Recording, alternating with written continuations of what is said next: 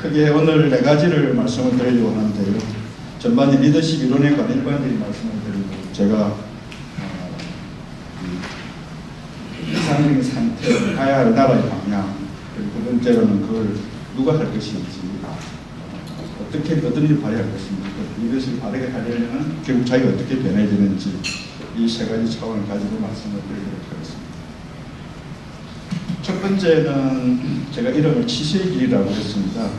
놀랍게도 지금 이 동양의 고전들은 옛날부터 이 이야기를 하고 있었던 것을 알게 됐습니다. 그래서 태평성대를 이끈 리더십이 있다.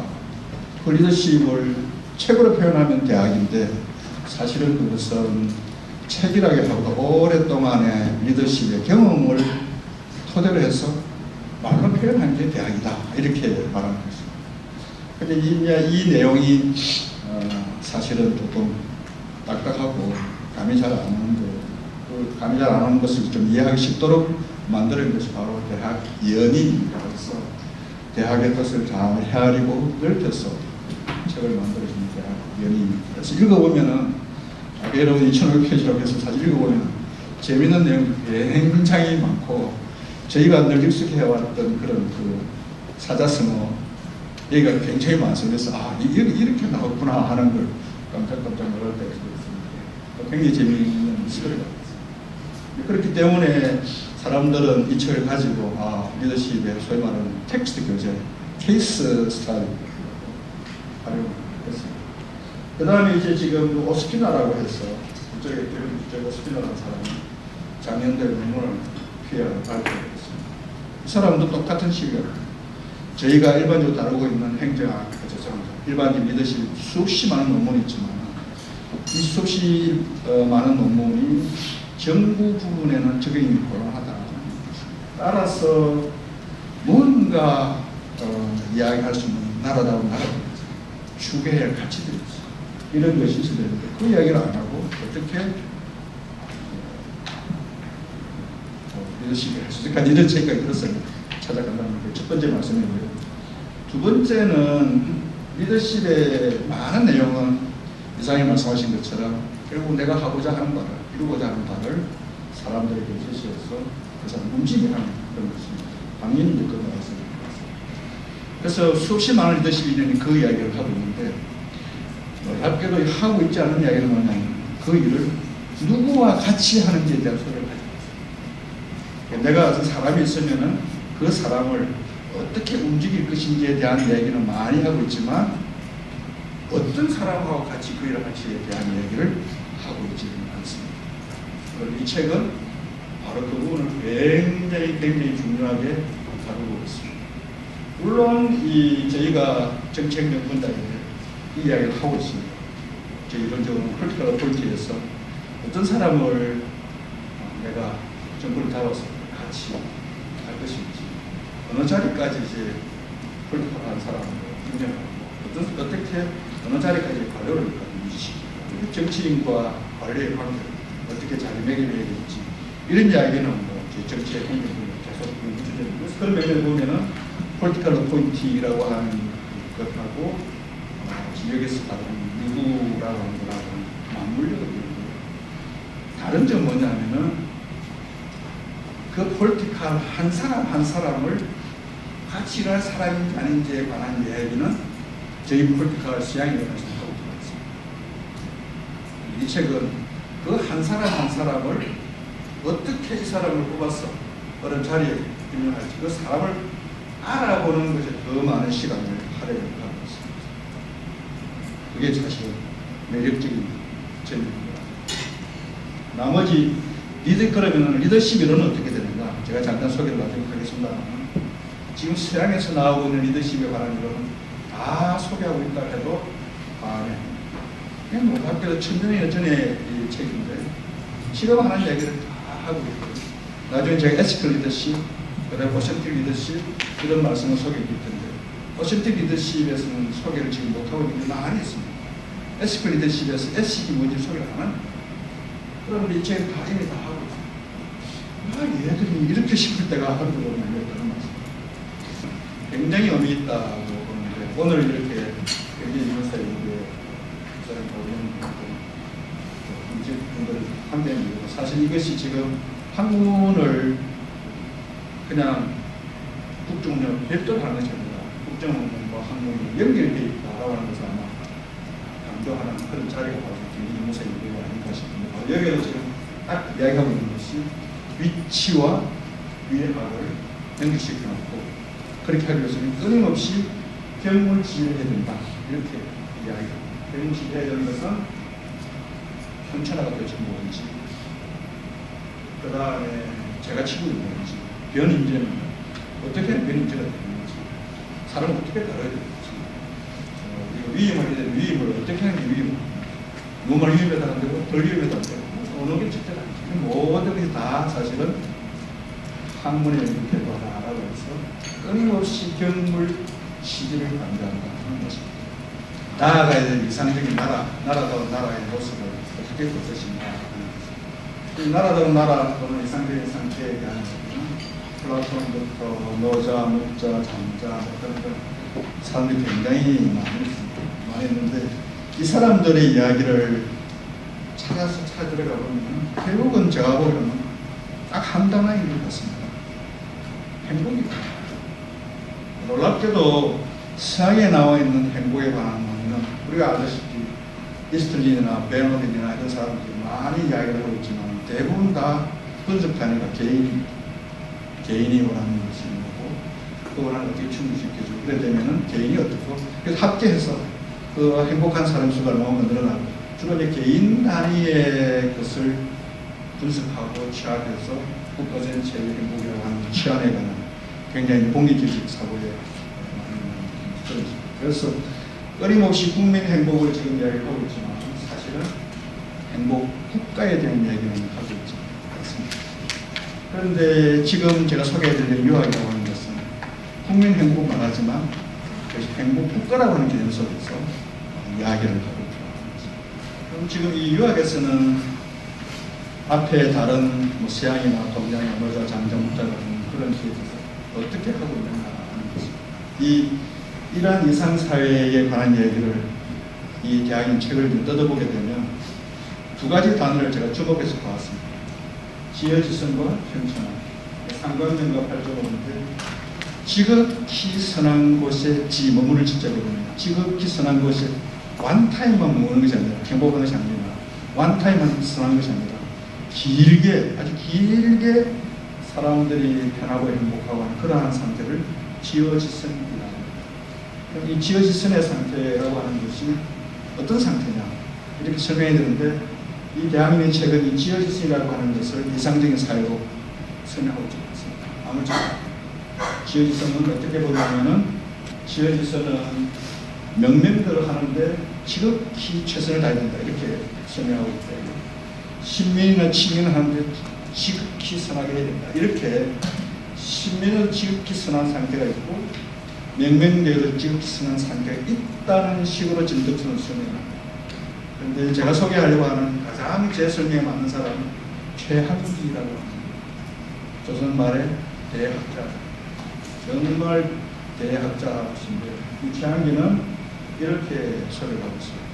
뭐냐, 개인적으로는 내 마음이 편안하고 사회적으로는 사람들의 관계가 화목하고 국가적으로는 진정이 없고 편안한 모든 사람이 되는 그런 사회가 이상사회다 이렇게 소개를 하고 있습니다. 이 내용이 대학의 책에 다 고스란히 있습니다. 초나라와 초나라가 전쟁한다고 하는데 누가 승리한다고 생각하십니까?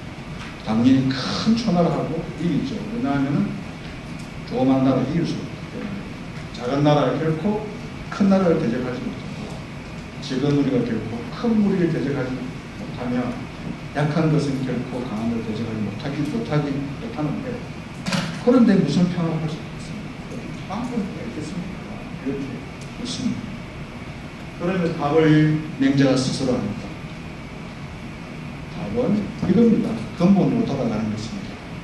왕이 국정을 펼칠 때 인을 베푼다면 천하의 배설한 자들과 모두 왕의 조정에 서고자 할 것이고 농사짓는 사람이 모두 왕의 곁에 경작하고자 할 것입니다. 것이고 성인들의 모두 왕성 물건 쌓아두고자 할 것이고 여행객들이 모두 왕의 길에 가는 것일 것입니다.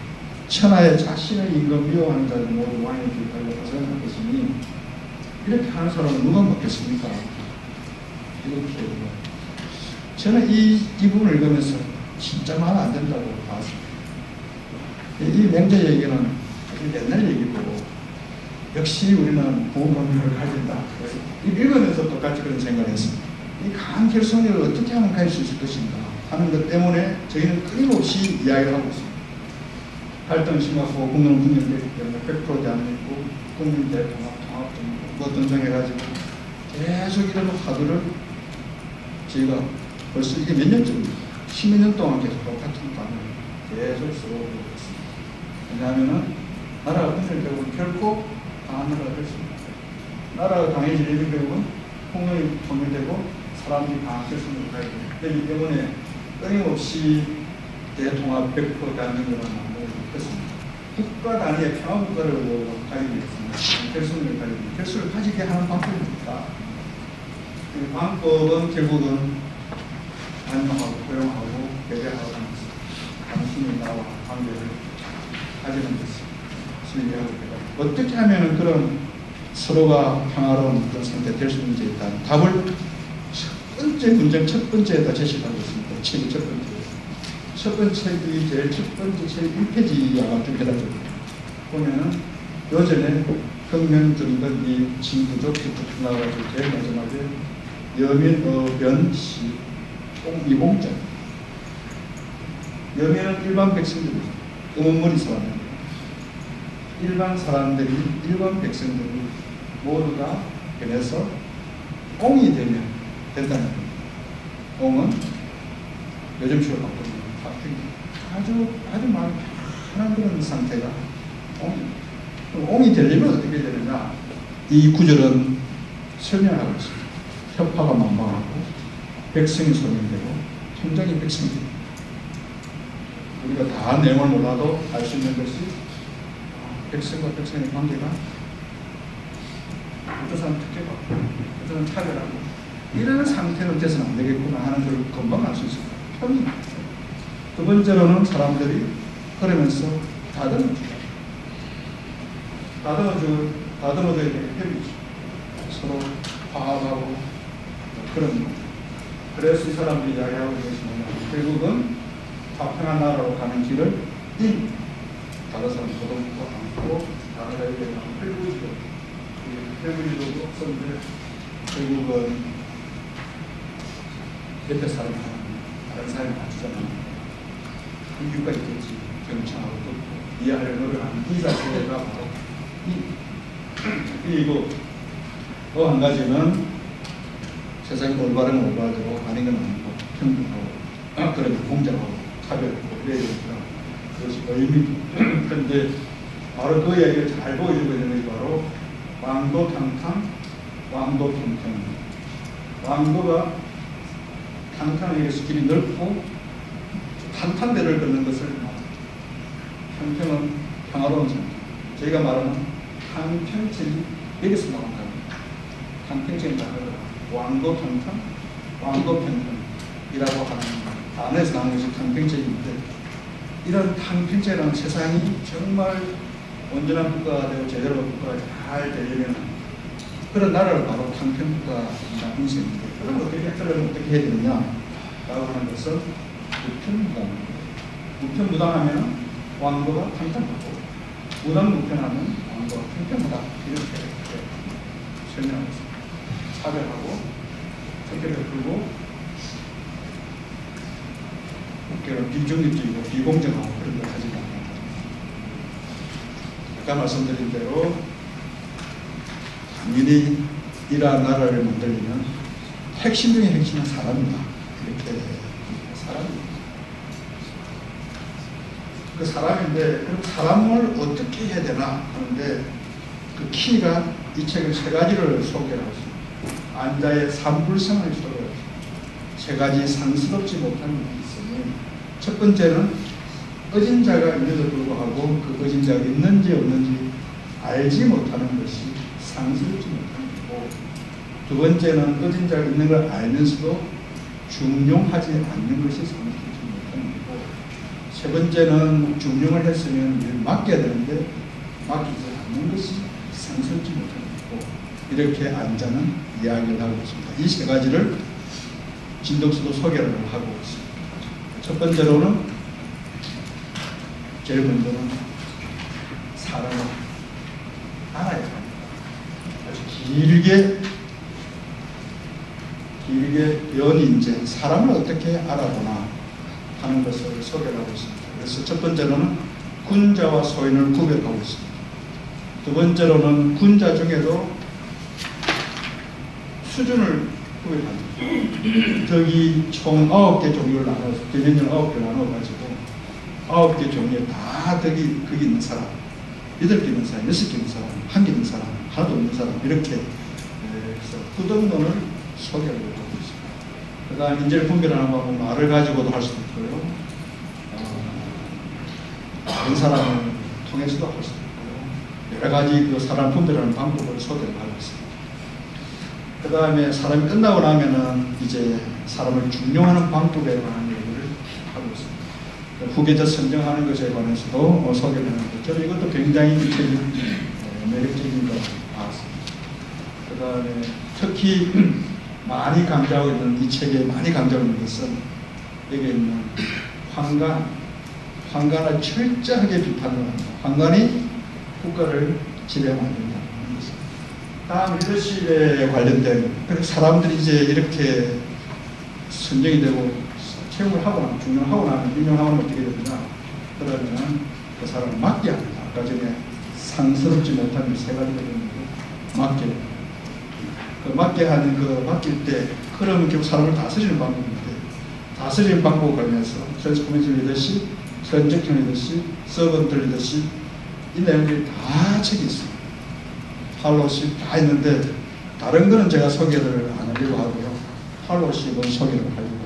왜 팔로우십을 소개를 하려고 하냐면, 이 책은 팔로우십에 나와 있는 세상의 논리는 지도자가 일을 할 때 팔로우가 스스로 주인이 되도록 느끼도록 그 위임을 다 해라, 이게 팔로우십입니다. 그런데 팔로우십에서는 내가 스스로 뭘 할 수 있게 하는 쪽에 포커스를 맞추지만, 이 책은 한 걸음 더 나아가서 내가 어떤 일을 하는 데까지 머무는 게 아니라 내가 모시는 상관을 바로 서게 하는 것도 내 책임이라고 말합니다. 팔로우십이 진도 하나 더 나가는 거예요. 그래서 어떻게 하냐면은 상관에 대한 진정한 책임, 상관 진정한 충성은 뭐냐 하면은 선이 있으면 그걸 받들어 따라서 하고, 사람 내 위의 지도자가 잘못하고 있으면 그것을 발생하지 않도록 만들어주는 일이고요. 그 다음에 특히 이것은 아주 결정적 단어를 합니다. 자로 임금을 어떻게 섬겨야 되느냐 할 때 말하기를 쏘지지 말고 안색을 금하는 것이다. 예비 지도자가, 대통령이, 장관이 얼굴이 멀게 지도록 만들어주는 것이 바로 제대로 된 보아의 책임이다 라고 봅니다. 그게 상권의 충입니다. 자, 그런데 이 내용은 이 세 가지, 사람 알아보는 것, 사람을 쓰는 것, 사람 맡기는 것이 모두 다 어렵기 때문에 어떻게 해야 되느냐, 결국은 내 마음을 쓰지 않으면 그 세 가지 모두 다 할 수가 없다. 그럼 이제 마지막인데, 어떻게 내가 하는 것이 해야 되느냐. 이 사람들은 사람을 중용하는 것, 정상을 바로 하는 것의 키포인트 중에 키포인트는 필승이 이기정신이라고. 마음을 바르게 하고 마음을 바르게 해야 된다. 마음을 바르게 한다는 말이 무슨 말이에요? 그것을 여기서는 정심을 자세히 책을 소개하고 있지 않습니다. 정심보다는 도심이라고 하는 것을 훨씬 더 길게 설명을 하고 있습니다. 그런데 지금 여기서는 제가 무슨 그런 마음, 바른 마음을 가기 위해서는 어떻게 해야 되는가? 그 방법 중에 하나가 바로 성의입니다. 필성, 성의를 해야 된다. 성을 어떻게 해야 되는가? 성이 뭐고 성을 어떻게 해야 되냐? 성은 퍼펙션이라고 보시면 됩니다. 성이라고 하는 말을 다른 말로 보면은 요즘 체육회는 아무런 오점이나 흠이 없는 완벽한 상태를 성이라고 보시면 됩니다. 그러니까 저희가 정성을 다한다 라는 말은 흠이 하나도 없는 상태, 정성을. 정성을 하는 걸 뭐라냐면 성하려는 것이라 성지입니다. 제가 이걸 읽어보겠습니다. 내가 성으로 가려면 어떻게 해야 되느냐? 널리 배워야 하고 자세히 물어야 하고 신중히 생각해야 되고 밝게 분별해야 되며 확실하게 행해야 되는데 배우지 않으면 몰라도 배우기로 한 거 나가지 못하면 그만두지 아니하고 묻지 않으면 몰라도 묻기로 한 거 알지 못하면 그만두지 아니하고 생각하지 않으면 몰라도 생각하기로 하는 경우 얻지 못하면 그만두지 않아요. 분별하지 못하면 몰라도 분별하기로 하는 경우 밝히지 않으면 그만두지 않고 행하지 않으면 행하기로 하는 경우 독실하지 못하면 그만두지 아니하는데 남이 한 번에 잘하면 나는 100번을 하고요. 남이 10번에 잘하면 1000번을 해야만 하게 되면 이런 도에 응하게 될 것이다. 그렇게 가세요. 이렇게 말하는 것입니다. 그래서 이렇게 어떻게 하면 경하게 되는지 어떤 경을 해야 되는지 소개를 하고 있습니다. 그 내용에 몇 가지만 제가 소개 마치려고 하는데 하나는 하늘을 섬기는 경. 이건 한번 봐주시면 좋겠는데 하늘은 친애하는 사람이 없어 공경하는 자를 친애하며 백성은 항상 그리워하는 사람이 없어 덕이 있는 자를 그리워합니다. 기선은 항상 분명하면서 정성가를 겸양하니 이게 금방 잘 안 와닿습니다. 해보면 백성을 대하는 것에 대해서도 이 사람들이 설명하고 있습니다. 단민의 백성을 두려워해요. 왜 백성을 두려워해야 되느냐? 우리가 잘 아는 것처럼 백성을 두려워하는 것은 백성은 우리 군중이 있으면 다 알잖아요. 그걸 빼기도 하지만 배를 뒤집어 쓰는 거 이건 다 잘 아시는 겁니다. 그런데 이거 한번 보십시오. 필부 이건 제가 이스라엘에 소개해 드리는 건데 필부 양무 소지고 이 청지적 우고 합의 청지적 생각하는데 백성들을 지도자가 만나보면 늘 모자란다고 생각을 할 수밖에 없습니다. 왜냐하면 모자라죠. 실제로 모자라 많은 게 적을 수밖에 없는데 놀라운 것은 그렇기 때문에 필부 보통 남자 보통 여자 많은 이야기 들어보면 그 하는 이야기가 약간 바보 같은 소리만 하고 뭔가 1% 2% 모자란 이야기를 하고 있는데 합의층이죠. 그 사람의 이야기가 모든 사람이 하는 이야기를 들어보면 그것은 성인의 목소리와 같다. 합의층이죠. 성이다. 하고 첫 출발은 매우 미미합니다. 그 다음에 형체를 알 수가 없습니다. 그런데 그때는 잡힙니다. 그때는 잡히는데 그것이 극에 이르면 제어할 수가 없고 그것이 극에 이르면 분노를 벗어나는 것이 있다.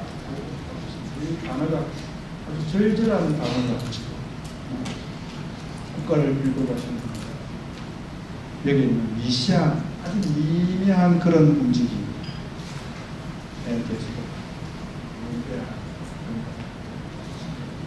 자, 너무 됐기 때문에 이 정도로 마치도록 하겠습니다.